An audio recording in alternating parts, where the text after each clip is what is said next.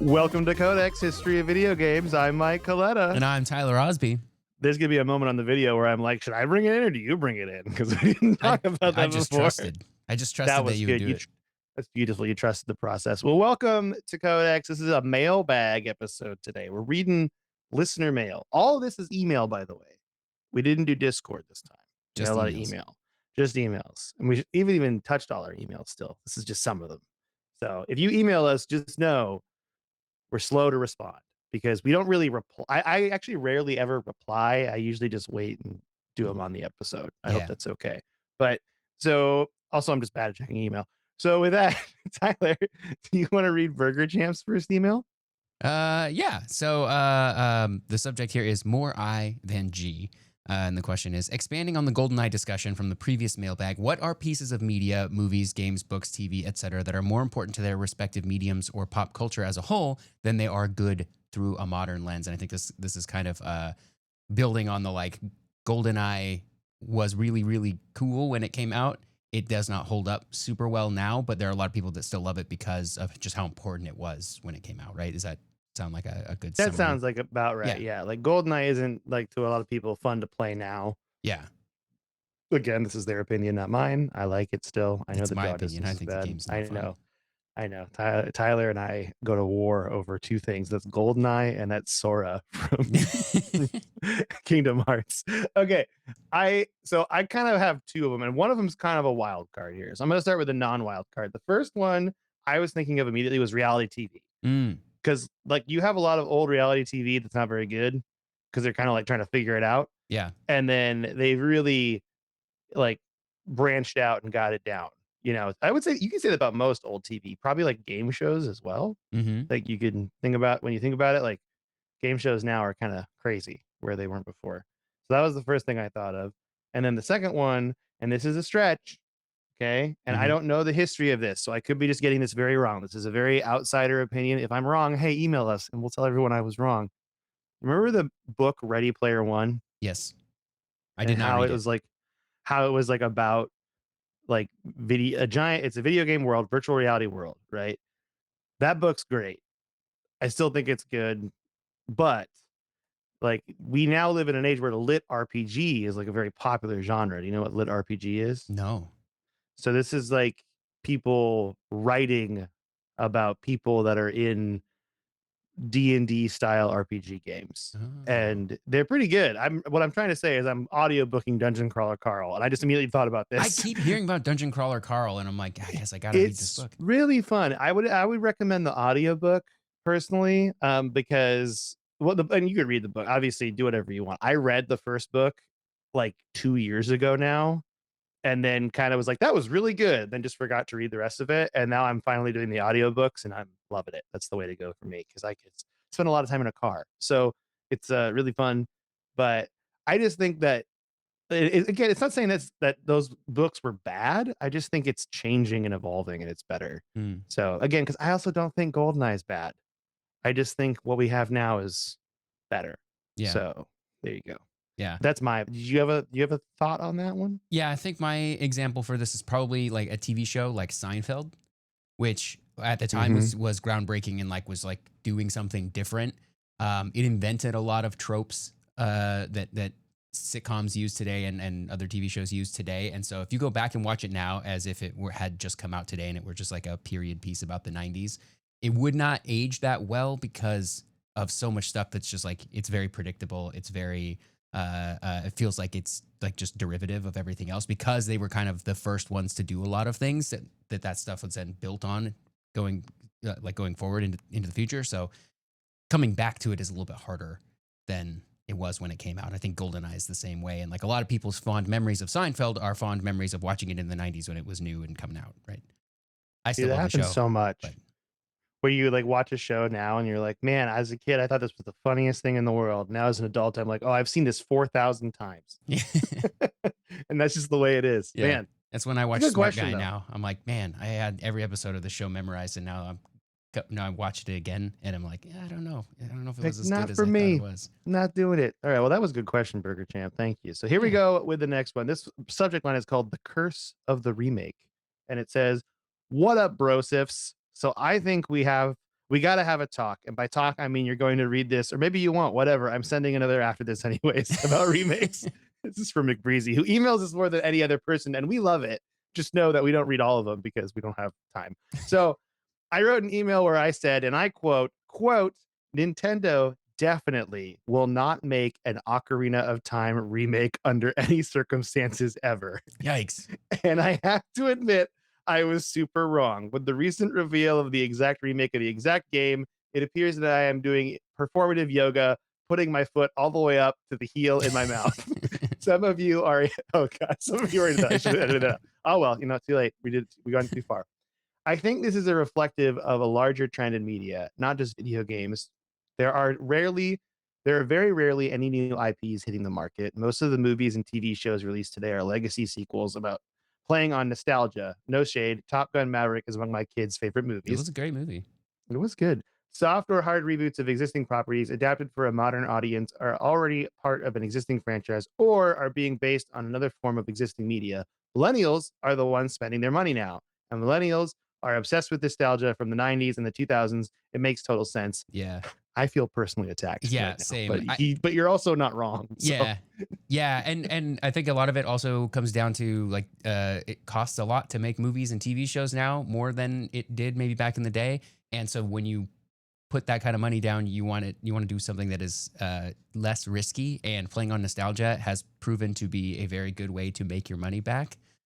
So True. I think that's why we get a lot of that. Also, I think uniquely a reason, and this is just my personal opinion on like why millennials in particular seem to be extremely nostalgic for stuff, is because the stuff that we grew up with as kids has actually been preserved pretty well. Like you can go back and watch these old TV shows like from the 90s or whatever pretty easily, whereas going back and watching like a baby boomers favorite TV shows from the 50s and 60s, harder to do, right? And they weren't able to do it when they were like in their 30s looking back. So that's what I think. That's kind of why I think millennials are. There's a lot more other stuff going into it. Like, it always seems like the world is going down the tubes, and so like looking back to a simpler time is like appealing as well. But that's kind of why I think millennials are uniquely nostalgic. That might also be why I feel like, and I'm talking about myself here, but also other millennials are upset when we see games go away. Yeah. Like abandonware style too, because it's like we're used to things being preserved, and when they're not, it's like, hey, it's pretty messed up. Yeah. Okay. So that's what I'm thinking about. But all right, let's keep going with the email here. I recently picked up a copy of Star Fox on the Switch 2. My son, who completes his cancer treatment at the end of July, for any listeners who've been dying to know how he's been doing. I'm not sure why I use so many parentheses. He does use a lot of parentheses there. That looks like an algebra problem. But that's good to hear. Great news. Yeah. I'm happy to hear that. Had watched me play the demo, and we even brought out the Nintendo Switch Online N64 controller, that I spent real money on because I'm a Nintendo fanboy, to play the N64 original via Nintendo Classics. Star Fox 64 is like one first-party Nintendo game I didn't own on the N64, and I rented it probably 6 or 7 times over the course of my time as an owner of an N64. I still can't get by solar, and I hate myself. That level's hard because you're just constantly losing health the whole level. It's true. I think the game is really well made and makes a good case for remakes in the modern era, especially for Nintendo properties that have been underperforming. The last good Star Fox game was Star Fox 64 3D, which itself was remakes of Star Fox 64 with updated visuals for the goated handheld that was the 3DS. 3DS is a goated handheld. That is true, yeah. The thing for Zelda the thing for Zelda is that the series has not been underperforming. Even smaller adventures like Echo of Wisdom and the Link's Awakening remake did well and got some acclaim. While Breath of the Wild redefined open world game design, and Tears of the Kingdom made Breath of the Wild look like a proof of concept for an open world Zelda game. Whereas Star Fox has struggled to recapture the glory of the 1997 game, Zelda has managed to maintain its quality over multiple console generations. There are definitely some weird bumps on the road, like Triforce Heroes, which I never played because I have kids. And when you have kids, it basically means you have no friends. But that was a handheld title, which have already been smaller adventures where they experiment with the formula a little more than usual. There's this game called Link's Awakening, and it's weird. You guys should do an episode on it sometime, because I'm absolutely sure, as are most of your listeners, that in the entire 8-year history of this podcast, you have never done a single episode on Link's Awakening or even mentioned it remotely passing to anyone, parentheses. That's true. We don't talk about that game enough, do we? We don't talk about that game at all, right? I never talk about it. I never certainly did not a your Zelda favorite series. Zelda game. Yeah, I never did a Zelda series episode where I talked about it exclusively. There's no way that's there. Well, I am excited for the Ocarina of Time remake, as it is the game that really introduced me to Zelda in the first place. I will likely spend hundreds of my real dollars on the inevitably north of $150 collector's edition that comes with an art book and some pins and a poster.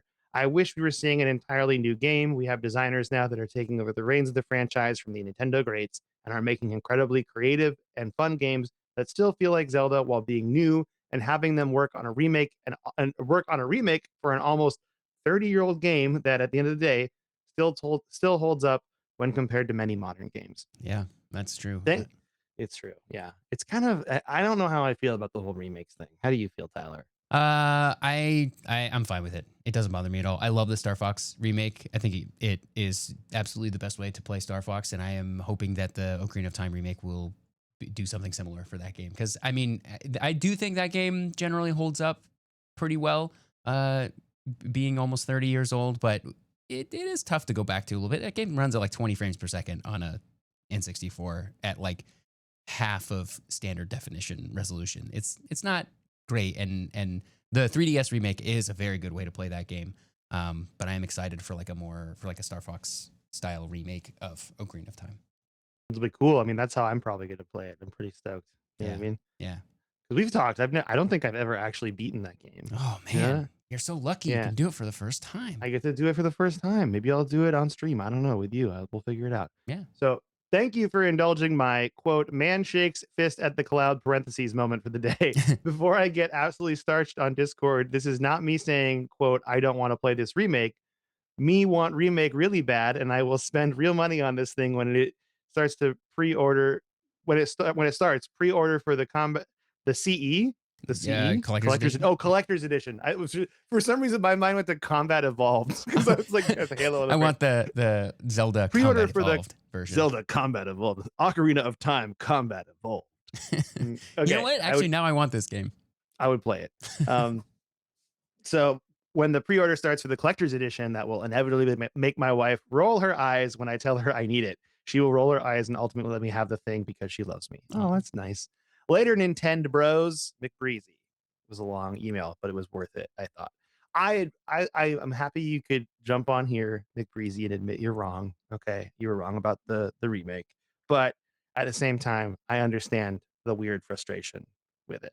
Yeah. I'm torn about it. I'm like, yeah, do I think they should be making more original properties and new versions of their games with their Nintendo lineup of characters? Yeah, but also, am I bothered by a remake of Star Fox or a remake of Ocarina of Time? Not really. Well, Like the Link's Awakening remake was fun. I loved it. So. Yeah, and I hope that it is sort of like the testing ground or like the practice for like a new Star Fox game. I would love to see a new Star Fox game sort of done in the style of this most recent remake. I know that like the Link's Awakening remake sort of led to Echoes of Wisdom happening. So if that's what it takes to get like a new, I mean, Tears of the Kingdom, Breath of the Wild were great games. I still crave like a more traditional Zelda experience on the console, and Echoes of Wisdom was almost there. But I hope that Ocarina of Time is leading to like an Ocarina of Time 2 situation or like a new Zelda game in that style. That's what I'm hoping For sure. Yeah. I would like to see them get like a step away from the open world 3D and try a more linear 3D and see like, I know that's a weird thing to say, but I'm like, how can you make this different in modern times? Yeah. How could you take the linear dungeon format of a Zelda game like Ocarina of Time, where it's times where it doesn't feel linear, but it is linear, and make that new? Yeah. I want to see that really bad. So, do you want to read Brett from Utah's email? Yeah. Correcting me. A correction concerning Diablo episode. Greetings, Mike and Tyler. Hi guys, it's Brett from Utah again. I just finished listening to your episode about the first Diablo game, which I played a lot of as a teenager. During the episode, you mentioned that every Diablo game has a cow level, but that's not completely true because the first Diablo game did not have a cow level. I goofed. When Diablo became popular in early 1997, a rumor began to spread around the internet that if you repeatedly clicked on one of the cows standing around Tristram, a portal to a secret cow level would appear. These rumors were fueled further after somebody made a fake screenshot in Adobe Photoshop that showed a red portal near one of the cows with demons coming out of it. The secret cow level became one of the most famous video game urban legends of all time. Is this like when people told you to push the truck to get Mew in Pokemon? Mm-hmm. It's one of those. Okay. When StarCraft was released a year later, the phrase "there is no cow level" became a cheat code that would cause you to instantly win the mission you were playing. And when Diablo 2 was released in 2000, it really did include a hidden cow level. And ever since, it's been tradition for every Diablo game to have one. Thank you for your time. I'm looking forward to your next episode. Regards, Brett from Utah. Thanks, Brett. Thanks, Brett. I knew I got that wrong. I could feel it because I think you asked me, did every game have a cow level? And I was like, yes. I think I got that wrong. Yeah, well, the first one apparently didn't, but it was heavily rumored to have a cow level. So it sounds like we got by the rumors. We got I miss got by when the rumors. rumors like this would happen because you couldn't just like go online and verify it. You know, when it was like, here's how you catch Yoshi in Pokemon, and you just had to like try it, and it was always like the Pokemon ones were always like you have to have all 150 Pokemon, and they all have to be level 100, and you have to like spend Dude, 1,000 hours like building up the conditions, but for which will find Yoshi. you know what's funny is I was just writing some stuff down for whatever and for like comedy stuff, and I want to try to write down about how in video games, if you wanted to figure something out when you were a kid and as a 90s kid, you would have to go to school and find someone that also played that video game. And that's how I figured out about Masigno, Mm-hmm. the glitch in Pokemon Red and Blue, where you would go back and forth using surf Yep. until you found the missing number Pokemon and then caught it to duplicate items. And it's like, yeah, you just had to find it. You just had to talk to someone that knew about it. And I don't know how they found out about it. It really was just like a never-ending Yeah. like rumor mill, Yeah. essentially. And there were all kinds of rumors. Some of them like and like just enough of them were correct, right? Like missing no, that one was correct. That worked out. Finding Mew underneath the truck was never true, but I mean, because this is the notorious like, and I know we're a clean podcast, but I think this is fairly clean and it's silly. Was the Laura Croft take her clothes off oh yeah. cheat code? That was like a classic, urban legend video game thing that went around that was not real whatsoever. Yeah, yeah. And it was just So, like you couldn't verify it, and the conditions were always so ridiculous that like you weren't ever gonna be able to do it anyway. So it was just like yeah, I guess Yoshi's in Pokemon, but I'll never catch him. dude, urban legends in video games are great. We did a Polybius Yeah, episode, but maybe we could do one about more silly urban legends that are smaller. that would Which be is fun. funny because you hear about urban legends and you're like, that's crazy, that doesn't exist. But then you have like little weird things in video games that do exist, like removing the ladder in the swimming pool in The Sims. Yeah, It's yeah, like that that's works. real. Like, Yeah, yeah, it's crazy, but it feels like it should be an urban legend. But anyway, so okay, that was great. Thank you for correcting me, Brett. I appreciate it. So let's talk about Eric's email.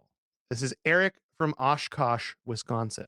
hmm. Subject line: first email, free games, and where's the cheese? Hello, gents. This is my first email into you fellas, but I've been enjoying the podcast for a couple years now and have also been a member of the Discord for a little over a year. I generally don't post much, but when I do, it's typically in the memes channel under the name. Should I read their Discord name? Yeah. I think so. They put it Einar Erickson. I really enjoy that you guys do what you guys do, and your podcast was a real boon while I was working an office job that is a 1 hour trip, 30 minutes one way during the Yeesh. work week. And I'm pretty sure I was listening to 4 or 5 episodes a week while I was still at that job. Wow. Yeah. All that aside, I want to suggest that it could be worth adding a free game bot to the Discord server. This is actually really cool, Tyler. I was reading this earlier. This is a good Mm. idea. My friends and I have one installed on one of our Discord servers, and it basically just posts and lets you know when there are free games available, mainly through Steam and Epic, but also occasionally good old games. I won't claim that all the free games are 5-star AAA games, but there are occasional high-profile games like BioShock, Tiny Tina's Wonderland, etc., Mm. that come through. And well, free is free, even if the game ends up being just kind of meh. That's a really good idea. I might make that. I might Okay. put that on our Discord channel. That's a cool idea. The one thing, the other thing I wanted to suggest is an episode idea or potentially a series of episodes that I call, quote, a history of cheese in video games. First off, no, as entertaining as it may be to find out how many games across the history of video games feature cheese in one capacity or other, that is not what I wanted to suggest. Instead, it would be an episode about how you guys and possibly how some other folks off the Discord remember cheesing their way through old games. Was it spamming low kicks and fireballs in Street Fighter 2? Or did you rush to max out your guile stat in Fable 1 so you could buy gems from merchants for less than you could then sell them back for, thus creating infinite gold so money was never a problem anymore. I'm sure that everyone has multiple stories they could share on the topic, and it seems like it would be a fairly entertaining as an episode. Anyways, enough said. I don't want this email getting much longer. Spider Butts, Eric from Oshkosh, Wisconsin. Those are both great recommendations. I love the cheese episode, and it kind of goes along with like maybe these are our companion episodes of like a urban legends episode and then a cheese episode. Because I mean, I there's all love that. kinds of cheese strategies that we could use in Destiny to do certain things, right? Man, I'm sure that I've had some good I feel cheese. like we've had cheese show up in games we've played for the podcast already. I'd have to go back through and look. Yeah, But there's some of those older games I played. I feel like there was a cheese in Star Tropics that I can't remember what it was, yeah. but There's like the Final where Fantasy it VIII helps you beat stuff. cheese.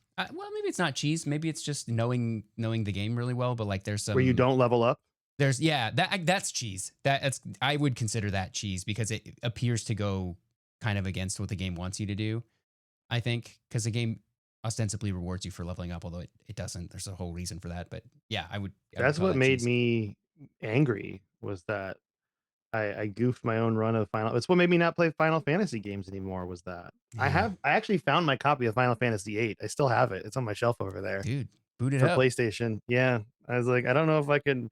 I got to find something that's backwards compatible to play it with. Yeah, But yeah. yeah, So no, those are really good ideas though. I love those. I love cheese. I mean, my first real experience with cheese was Destiny 1. Like there was some really great cheese in the raids yeah. that just made the game more fun. Like when you found out the cheese, or if you could do it and other people didn't know and you could teach them how to do it, that was also a really fun moment. Like I got pretty good in the Crota's End one at like solo running the first encounter so I could unlock all the doors for everybody just right away. And that was like Oh. felt they always felt really cool. But yeah, and you could solo through that. So that was Yeah, I really like the neat. ones that like require a little bit of skill, like to do too. I think those are fun. I think one of the strategies on Atheon was a cheese that just became a great strategy. Like Yeah. you would actually um the one that makes it so he doesn't teleport. So Atheon Oh. doesn't move. So that was one Yeah. of the big ones. So There was also one where like you could throw a certain kind of grenade that just like sort of like if you didn't start the boss up and he didn't aggro, you could just kind of knock him off the edge and he would die. that Yeah. was fun. That was a funny one. I wish they kind of left that kind of stuff in there. But yeah, we should do cheese in video games for sure. That's a Yeah. great idea. Also, I love the game bot idea too. Anything anything that gets people free games, Yep. that's great. The So, Riven you want to cheese read too in Last Wish. Anyway, the Riven that's a cheese was cheese. fun. That's cheese. That's just like exploiting how the mechanics work so that you can just dump a bunch of damage into and not For have to do sure. any of the mechanics. Mhm. Do you want to do Jack's email and then I'll read Jack's other email? Yeah, the subject is new listener suggestion. Hi, Mike and Tyler. It's Jack from England here. I started listening to the podcast a couple of weeks ago while bored on my commute and seeing your Diablo episode pop up. I loved it and have been delving into your back catalog, and in particular, your Xbox 360 and Wii episodes were a big smack round the nostalgic lands that left me happy remembering those good times and slightly sad for a time that will never be again.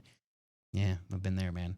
I've seen you've had a bit of a CRPG trip recently, and don't think you've covered Dragon Age yet. I think it's really a great series that declines in quality and really showcases BioWare at the end of their golden era and their eventual decline to obscurity. If you haven't played it, I highly recommend at least checking out Dragon Age Origins and Dragon Age 2 to show how the series evolved. Dragon Age Oregon is a different game. It takes place in the state of Oregon. I think that's a topic that would be interesting to cover, as well as individual games, is the studios and designers themselves. The likes of Valve, BioWare, Blizzard, Rare, and Lionhead were titans of their era, but now they're either gone completely or just don't carry the same weight that they used to. Thanks, Jack. That's really good. I've never played a Dragon Age game. Me I've neither. wanted to, and I do know they have a decline, right? They have definitely kind of like they made a new Dragon Age last year, I heard that and one I was feel okay. like Veilguard? Is that what it is? yeah, I think I heard it was good from people, but the problem is it just wasn't like the standard that people set the game to. It's kind of like it felt to me a lot in another BioWare game, Mass Effect Andromeda, like that Mm, kind of feeling of hmm. like this is a good game, but it's not Shepard. Yeah, it's just So not what it's you wanted. Yeah, it's not what you wanted, and I feel like they had some of that going for it too. So, but again, I could be speaking out of turn. I have not played these games yet, but I really, really want to. So maybe we should cover them. That's a good idea. There's so many CRPGs to play, and the problem though is they take I forever. know. I really want to play like Planescape Torment, like games like Yeah, that. I was looking at those games too, and they just take like 40 or 50 hours a piece. Like, I Yeah, don't got and that kind of time. I think some of them are a little rough in like the mechanics department too, where it's like I don't have nostalgia for this game, so it's gonna be hard. Yeah. You know what I'm gonna do actually, because you've done such a good job with Jack's first email. I'm gonna have you read Jack's second email, and then I'm gonna read the longest one that Okay, we have, if all that's right. cool with you. Here is Jack's second email. Subject Aliens, Diablo 2 fun fact. Hi, historians. Jack here again. So glad you followed up with Diablo 2 straight away. Like you mentioned in the podcast, for many, including myself, Diablo 2 is the definitive Diablo game, the definitive ARPG. One thing Tyler mentioned was about the base game not being that well received, and the expansion made it much better. That was actually Diablo 3. Diablo 2 was actually very well received, and how dare you besmirch its good name. Lord of Destruction did make it much better, but it was starting from a very strong base game. I think that was just me recalling from my memories of that time. Like I feel like the non-expanded version of Diablo 2 was not as well received. Maybe I'm wrong. You are 100% correct about Diablo 3 that like it didn't people didn't love that until the first expansion came out. Yeah. That's true. To me also, like after we'll talk about it more and what you've been playing, but I've been playing through Diablo 2 Resurrected, and I will say it's kind of wild how much stuff they add in Yeah. the expansion in Lord of Destruction. Like they add so much stuff to it. So it's like, oh, okay, kind of want to keep this going. Yeah, yeah. My fun fact about Diablo 2's legacy, which you touched upon with the Warlock DLC, was Diablo 2 was one of the first games to receive patches that weren't just bug fixes, but were content updates. At the time, you had early MMOs, which had content updates, but were also subscription based. Apart from that, the only time you could expect any major or minor additions to content and gameplay was through expansion packs. Generally speaking, a game would get released, it might get an expansion or two, some patches would come out to fix bugs, and then it was done.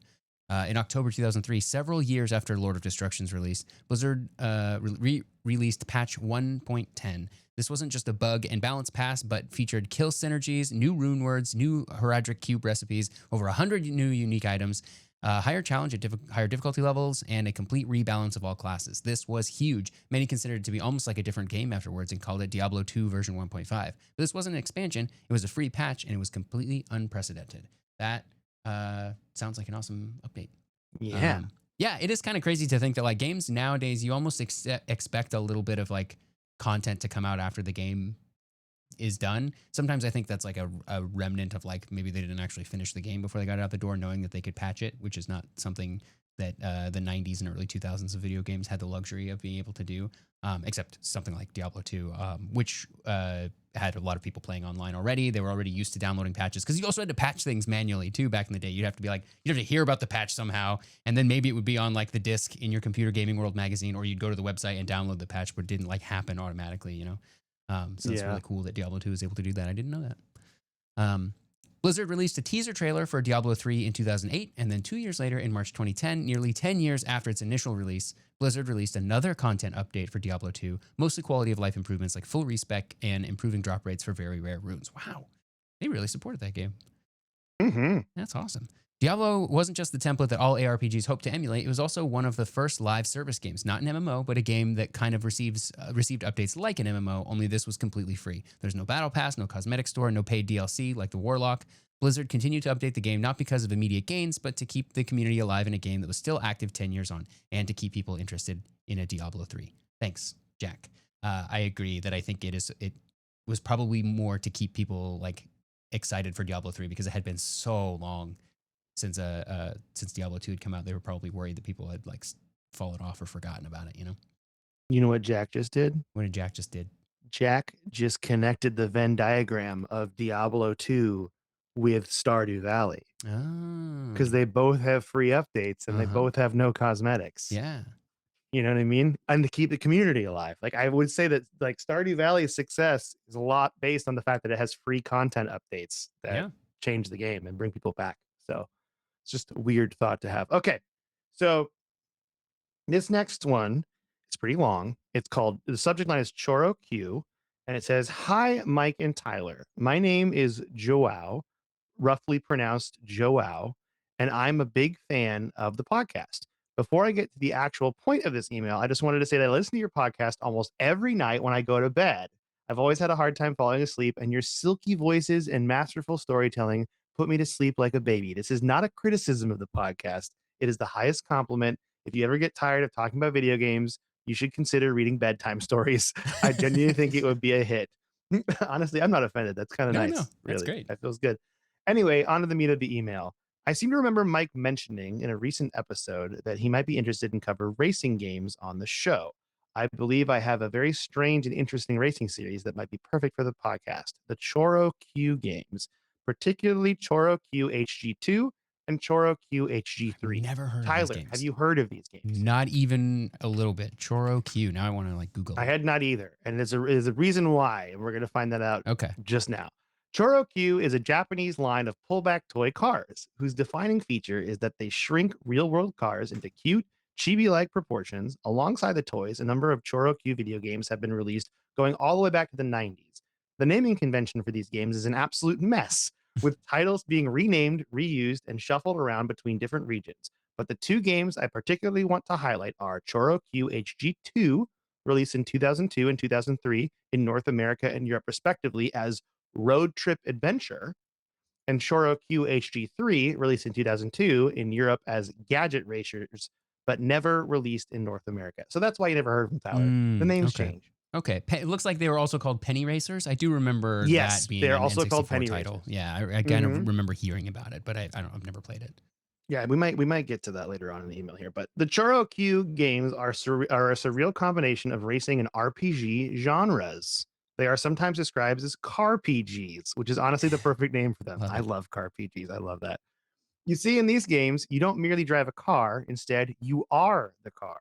Long before Pixar popularized the idea of sentient automobiles, ChoroQ had already released several games in which you play as a living car, meet other car friends, compete in races, complete side quests, and slowly make your way through a bizarre automotive society. I played Gadget Racers so much as a kid that I remember having dreams in which I was literally a car living in the ChoroQ universe. In these dreams, I had no recollection of ever having been human, and I would only remember my human existence upon waking up. Honestly, that is so real. Have you ever played a game so much you dream about it, Oh Tyler? yeah. Oh yeah. Oh man, there was a period where I was playing so much Jurassic World Evolution. I think 3 that I was like, I'm running a dino park in my dreams, okay? And it's kind of sweet and everything's going fine. It happens to me when I play the Tony Hawk games. If I've spent like gotten back into playing Tony Hawk, because I go through phases where I will play a whole bunch, and like when I'm in one of those phases, I'll definitely go to sleep and like have dreams of like doing stuff in the Tony Hawk game. You just go to bed, it's like da da da da da da da. You're like, wait, what? Huh? So here I am. I love that. Throughout the game, you explore an idyllic world inhabited by entirely by cars. You participate in races, play mini games like car soccer, complete side quests, and even join a band with other car musicians. You can even perform music shows at a nightclub where the audience consists of other cars hopping around and beeping their horns in ecstasy. It sounds amazing. The world in Gadget Racers is divided into 4 towns. There's a starter town with a lake and a fairy tale castle, a desert town filled with waterfalls and caves, a quaint forest town, and a lively city where it is always nighttime and where you can explore various fun establishments, such as the aforementioned fully functioning car nightclub. These towns are littered with interesting car characters, or should I say, characters. We're having fun, Car. including a literal car god hidden behind a secret boulder and a rubber duck shaped car that gives you riddles, just to name a few. Wow. This is great. The races take place across many diverse biomes and locations, such as oversized castles and mansions, deserts, jungles, futuristic cities, and much more. Cars also include overwater and even underwater sections. You can customize your car with all kinds of gadgets to navigate the different environments: monster truck tires, boat parts, submarine parts, rocket boosters, wings, helicopter blades, and more. Wow. It's like The real Lego parts racers. it does feel like a racery, right? The parts you equip can completely change how you approach a race, which terrain you can cross, and which shortcuts you can use. The whole series has an unmistakably Japanese vibe and feel, and without the internet confirming that it really existed, I could have almost convinced myself that it was a childhood fever dream. A few years later, when I had a PS3, I found ChoroQ HG2 Road Trip Adventure on the PlayStation Store. At the time, I had no idea Gadget Racers was part of a larger series, but the moment I saw another game featuring those strange little cars, I knew I had to play it. Despite being older, Road Trip Adventure is, in my opinion, the magnum opus of the ChoroQ series.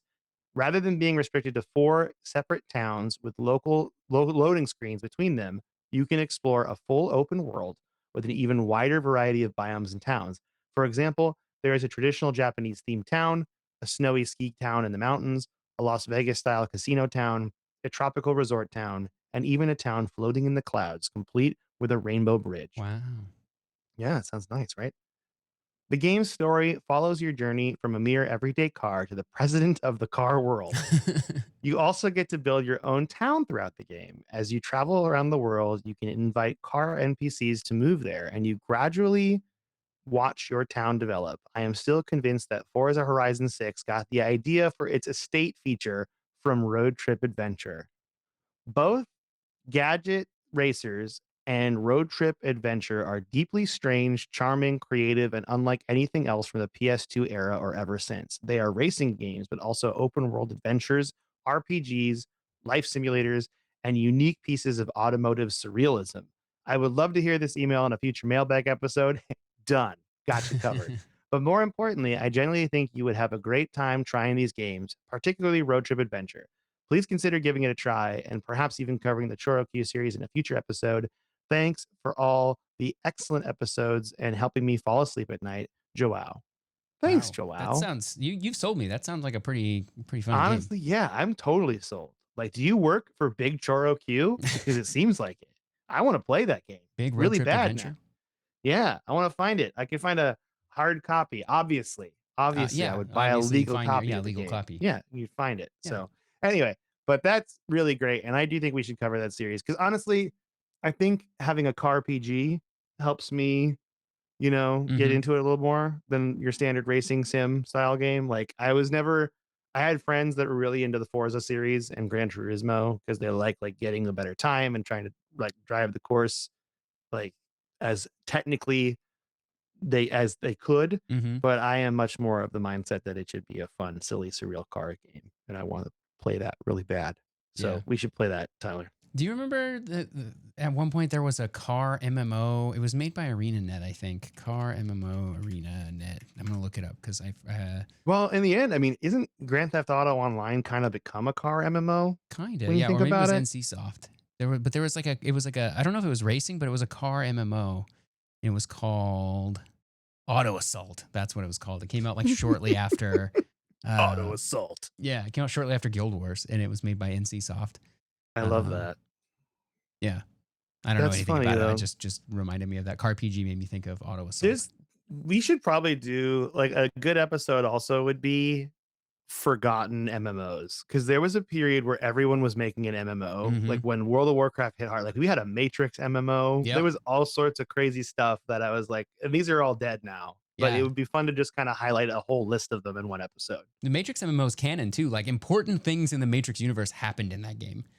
I love That was that. like if you missed it, they were like leading into the fourth Matrix movie, basically like 20 years before they made the movie. It's weird. Jeez. Yeah. Fourth Matrix movie was weird. You know what I Yeah, it mean? was weird. It was weird. All right. Do you want to read our last email here Yeah. from Subject Augusta? is adaptive triggers on controllers. Hi, Mike and Tyler. First, thank you for reading my epic Metal Gear Solid email back in February. It made my whole week. Since then, I've finished The Phantom Pain, which I really enjoyed. I've seen fans complain about the twist ending, but I loved it because it connects so well to the central theme of Sons of Liberty. I'm super excited for Peace Walker being released as part of the Master Collection Volume 2 later this month. Oh, that's true. That's coming out soon. And Metal Gear Solid 4. Since I have yet to play it. I actually got a copy of Peace Walker for PS3 right before the new collection was announced, but I decided to wait so I can enjoy it with newer hardware. That's probably a good move. That game's a little rough, even in the HD remakes on console. I have a couple questions in response to something Mike said about controllers in a past episode. The topic came up in response to a listener email asking you each to redesign or to design your ideal controller. Mike revealed that he really dislikes the rumble feature on controllers and would prefer to disable it. He also said he really likes the adaptive triggers on the Sony DualSense controller. I found this interesting because my preference is exactly the opposite. I find Rumble really immersive, and I love how DualSense offers a variety of fine-tuned haptic feedback compared to previous Sony controllers. I do think the adaptive triggers are a cool feature, but I've turned them off immediately for every action game I've played. For games like Resident Evil or Horizon, where shooting is your primary attack, it feels distracting and tiring to have resistance in the trigger pull when you are using the trigger countless times. The only game for which I did leave adaptive triggers turned on has been Stray. I think the feature works for me in that game because the triggers are not controlling an action that's a central and repeated feature of gameplay, like firing a weapon in my previous examples. In Stray, the trigger allows you to, as the cute orange cat protagonist, to claw at carpets or doors. Having trigger resistance for those actions did add to the immersion for me, and it wasn't an action I was performing so often that my fingers felt tired. Incidentally, Stray is also a great example of the variety of feedback that the DualSense is capable of. I nearly melted when the controller gave the gentlest rumble in time to the cat's purring. I highly recommend playing Stray with a controller if you have the option. Yeah, dude. That game is I awesome. didn't know that. Yeah, the DualSense controller rumble is something else. Now I'm getting all sad that I missed out on this. Yeah, well, I mean, you still can. No, it's too late. It's too late now. Well, PlayStation 5 is more expensive now than it was when it came out 6 years ago. It's true. Financially, it's too late. Yeah. So my questions are, in general, do you leave the adaptive triggers enabled when the game offers that feature? And what is a game where you felt the adaptive triggers really enhance your experience? I will say, oh, go ahead.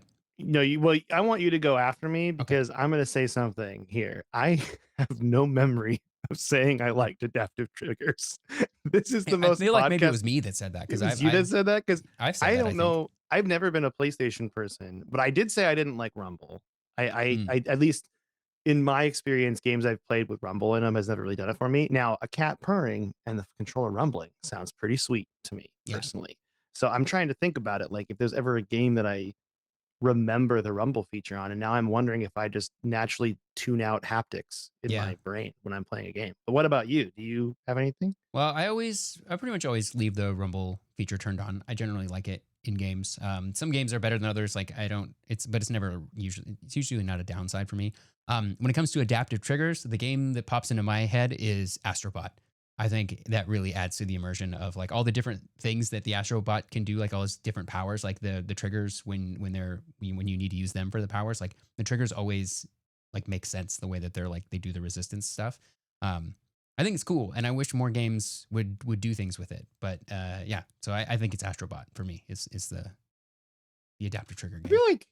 I feel like that adaptive triggers make a lot of sense, especially in first person shooters, where, and this is going to seem like a weird conversation, like because like for example, if you've ever fired a gun in real life, it's like you gently squeeze the trigger and it kind of just goes off, and you don't like you're not ready for it most of the time. At least that's my experience. And a resistant trigger gives you that feeling, like that feeling. So like if you played like Halo with it, it might add a little more oomph and meaning each time you shoot the Covenant, right? Yeah. So I could see that being a worthwhile thing, especially now that combat or campaign evolves on PS5. Right? Yeah, that's true. I wonder if they use adaptive triggers. Probably. I bet they do. That'd be kind of cool. But yeah. Well, great email, Augusta. Sorry, I don't have more memory of talking about adaptive triggers. I really don't. Yeah. Yeah, But, it's also cool. I mean, GameCube kind of did a version of this, right? Where like you could push it down. It was analog, but then there was also a click at the end, like an actual button press. Oh, that's cool. That's like an early version of this. But the adaptive triggers are cool because like they can change how they work and like where the different friction points are. I don't even know how it works, but it is cool. That is cool. I don't know how it works. And also Xbox, to my knowledge, has not done any of this. No, this is they all have those PlayStation thing, right? Yeah, they have like the rumble in the controller or in the triggers thing. And honestly, that's kind of what annoys me about this guy. Yeah, is the rumble in this, because the rumble in this seems so heavy. Yeah, there's like no, it's not haptic. And it's just this is the primary controller I use for like every time I play a game on my PC is this Xbox controller. And honestly, I've got the thumbs are all warped on it. There's no texture left. It's completely smooth. You can I need to replace get a new one. I should replace them, but yeah, it's like it's just like, yeah, that rumble on that controller specifically is what annoys me. Which I was hoping for a Steam controller, but I still haven't gotten an email. I'm sorry, man. And I don't know if I ever will. I'm out here just loving my Steam controller. I know you're out here living your truth, which is great. And I looked at mine and it said estimate was 2027, just in general. So yeah. But thank you, Augusta, for your email. That's now I'm going to think about haptics more when I'm playing. And I honestly do think if I bought a console again, it would be a PlayStation 5, just because it's so different than anything I do. But with the current console price market, it doesn't seem like it's something I'm gonna prioritize anytime soon, if I'm Yeah. being honest. Yeah. So, but yeah, with that though, Tyler, what you been playing this week? Well, I finally finished my playthrough of Final Fantasy VII Remake. This is a second playthrough. I've already played it before.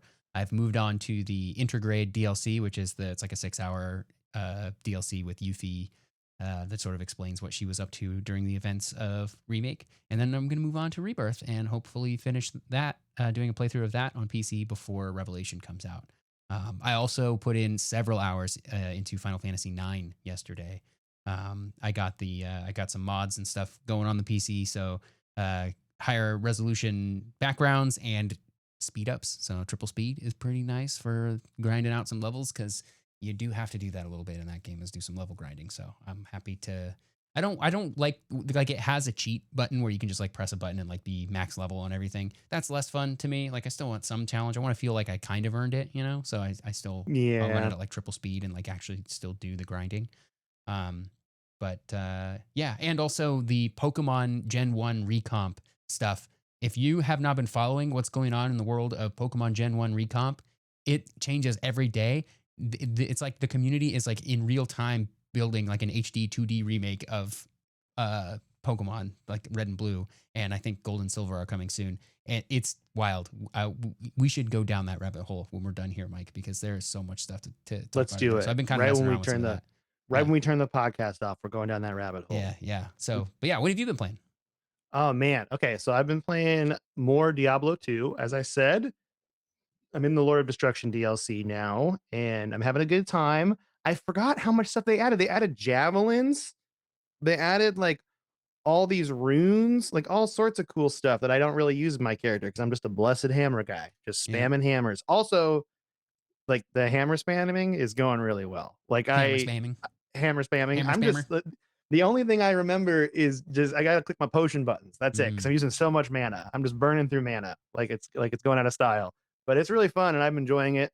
And then Diablo, the killing the eponymous Diablo was kind of hard. Like Yeah. I actually had to like run away from him and like shoot out hammers and run away and shoot out hammers and like You had to think cheese it a about it. little bit? I had a cheese, a little stinky cheese. It was Ooh. good though. It was fun. And then I've also been playing with friends. I picked up Phasmophobia again, I feel like you like which come back to that game every so yeah, I often. come back Do to they it add new and it's stuff? Is that why? Or they added some new stuff. They also fixed their menus. That game has a serious menu issue where it's like, but I don't know how you would fix it because the idea is you all share equipment and you buy equipment in this separate menu screen and you put it in the truck mm-hmm. and it's just kind of confusing inherently, and I'm kind of figuring out. I think they've done a lot to improve it. I think it's gotten a lot better, but there's still some weird quirks to figure out. But I like it. I don't even really get scared anymore though. It's kind of just like I want to solve the puzzle. I Yeah. want to figure out what kind of ghost it is and survive. That's really what it comes down to. But it's a fun game. So I've been enjoying that. But with that, I think that's going to be the episode for the day. All right. How do you feel about it, Tyler? I feel pretty good. I feel good too. I feel like I'm going to look up this ChoroQ game more. Yeah, gotta go on a road trip adventure. I want to play a car PG really bad. But if you want to, Do you want to sign up for Auto Assault? Pay a subscription fee? yeah, let's all pay. I'm You sure know they what? turned it off. Much like we brought back the hit Valve game Ricochet for that one night, I think we should bring back Auto Assault. That's true. It was shut down August 31st, 2007. Its game didn't even make it a year. Oh, So made it a little over a year. We'll make our own Auto Assault servers and we'll get this party started. Yep. That's what we're going to do. Okay. There are like single player WoW servers now where you play by yourself and it's just populated with bots that just pretend to be humans. You can now play alone together on a WoW. It's kind of beautiful in a weird way. I think it's on the one hand, I'm like, this is kind of beautiful. On the other hand, I'm like, this is very sad that like I want to play this game that is about interacting with other people, except really just take out the other people interaction part. they were like, you know what, I'm going to make Dead Internet Theory the game. That's what I'm going to make. That's exactly what it is. Especially when you because you can hook it up to like ChatGPT or whatever, so that like their responses are like make sense, you know, and you can kind of tell bots what to do and stuff. And yeah, it's just Dead Internet Theory of the game. You're absolutely right. You're just playing WoW and the bot won't stop talking to you about vaccines. It's like, come on, man. I just want to play World of Warcraft. All right. Well, if you want to support our podcast, you can tell your friends about us. That's the best way to do it. But you could also leave us a nice review on Apple Podcasts or Spotify or wherever you do that kind of thing. You could also go to codexpodcast.net. That has all our links on there. You can join our Discord, look at our Trello boards. You can send us an email. And with that, Tyler, do you want to say goodbye to everyone for the Yeah. day? Goodbye, everyone.